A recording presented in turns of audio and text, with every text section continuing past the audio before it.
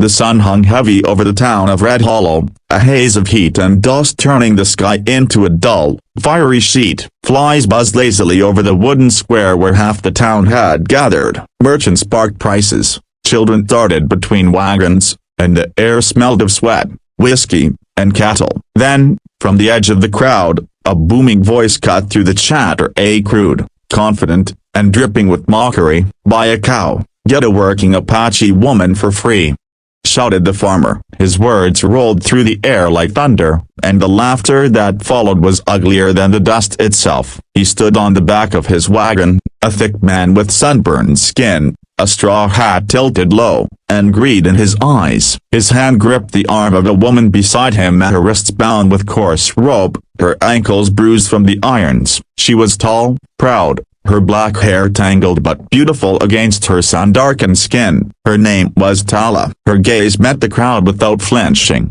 eyes deep and defiant, though she knew better than to speak. Each cheer from the crowd was like a slap, but she stood straight, a silent storm. The farmer laughed, giving her a rough shake as he gestured to the crowd. "She can cook, clean, work the fields. She don't talk much unless you make her," he said, to more cruel laughter. "Now, who wants a cow and a woman in one deal?" A few men raised their hands, pretending to bargain, their smirks filled with sin. They didn't see her as human, just another piece of property, the kind of stock men like that thought they could buy and break. At the edge of the square, a tall man leaned against a wooden post, silent, a cowboy weathered from the trail, his hat shadowing sharp blue eyes that had seen too much. His name was Wade Carson. He'd come to town for supplies and maybe a drink, not for this filth. But as he watched the farmer tug the Apache woman like an animal, something old stirred in him, anger, the kind that settled deep and cold.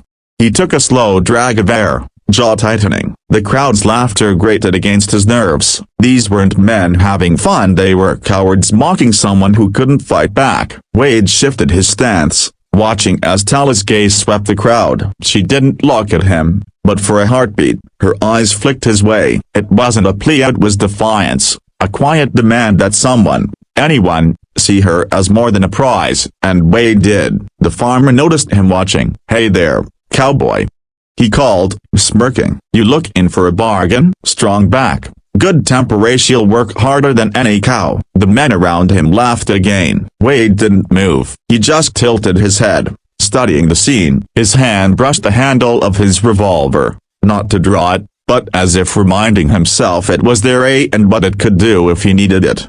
Tala shifted slightly, the rope biting into her wrists. The farmer tugged again, trying to make her bow her head, but she refused. The sun burned her skin, the dust stung her eyes, but pride kept her standing. Inside, her heart pounded with fury and shame. She'd been taken months ago from her people, sold twice over, and each time she swore she'd never let them see her spirit break. Not even now. The cowboy exhaled slowly. He'd seen death before, men hanged, women beaten, lawless chaos that came with the frontier, but something about this sight felt different. Maybe it was because this wasn't war, this was amusement, and it made him sick. He pushed away from the post, boots crunching on dry earth, his spurs jingling faintly. A few men turned to look, whispering. The farmer's grin widened. He saw money walking toward him, not trouble. Wade stopped a few feet away, his shadow cutting through the dust between them. "You got a name for her?"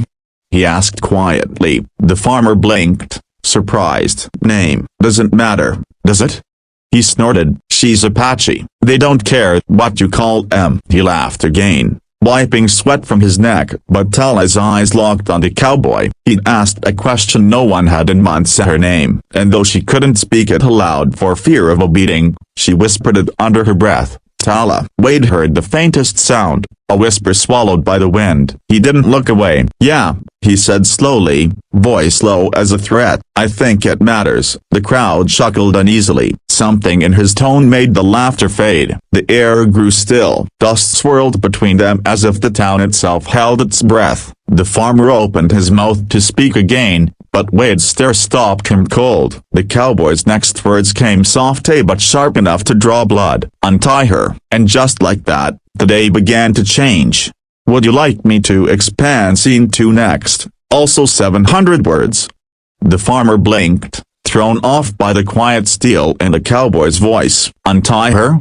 he repeated with a mocking laugh, glancing toward the others as if to rally support. "Now, why would I do that? You buying her or preaching some sermon?" He spat into the dust, his grin wide and yellow. The crowd chuckled again, though less certain now. Something about the cowboy's stillness, the way his eyes didn't waver, made even laughter feel dangerous. Wade took a step closer, his boots sinking slightly in the dirt. His voice came low and steady, like distant thunder. "I'm asking what it'll take to buy her freedom." His hand brushed the pouch on his belt at the sound of coins clinking faintly in the quiet. The farmer's brows rose. He hadn't expected that. Most men came here to jeer, not to spend. "You serious?"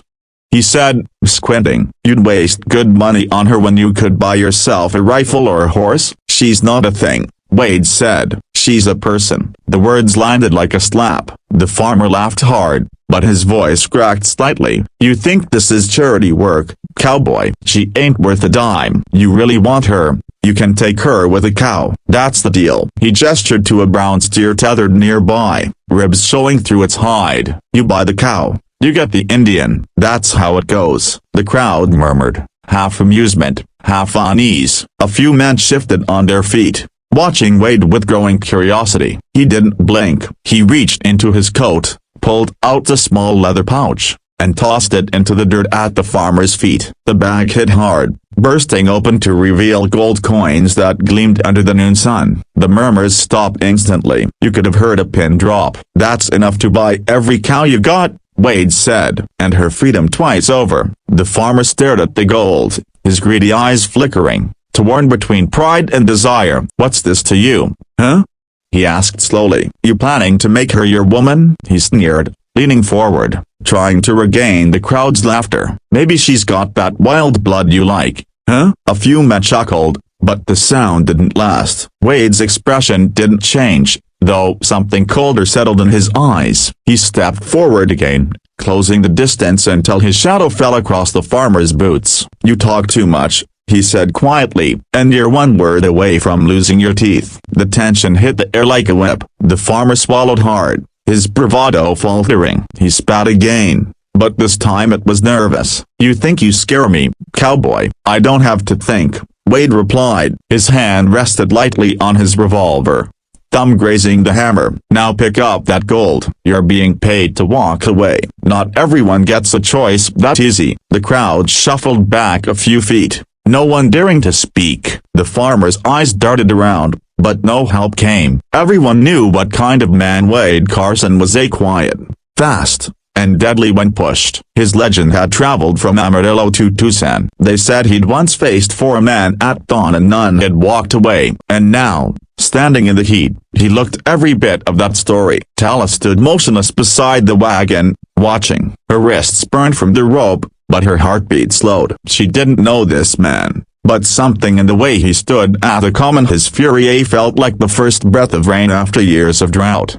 The farmer bent down slowly, scooping up the gold coins, trying to keep his hands from shaking. "You can have her," he muttered. "Take her and go. She's more trouble than she's worth anyway." Wade didn't move yet. "Say it right," he said quietly. "What?" "Say she's free." The farmer glared up at him, face flushed red. He opened his mouth, then saw the gun shift just enough for him to understand what would happen if he refused. "Fine," he snapped. "She's free. You hear me? The woman's free." Wade nodded once. "Good." He stepped forward, reached for his knife, and cut the rope around Tala's wrists. The coarse hemp fell away, leaving angry red welts. She looked down at her hands, flexing them slowly, then up at him. Their eyes met. A brief, wordless moment in the burning quiet. The crowd stood frozen, watching the strange scene unfold. The farmer stared bitterly at the dirt, clutching his coins. Wade turned slightly, his gaze sweeping over the faces around them. "Anybody got a problem with that?"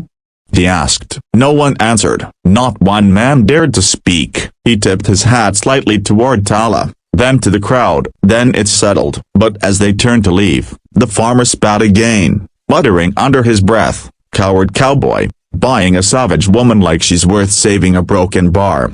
The whisper reached Wade's ears before he even took a second step. He stopped, slowly turning his head. The wind went still. "Say that again," he said softly, and his voice, a calm and cold day, carried farther than any shout. That's when everyone realized that this wasn't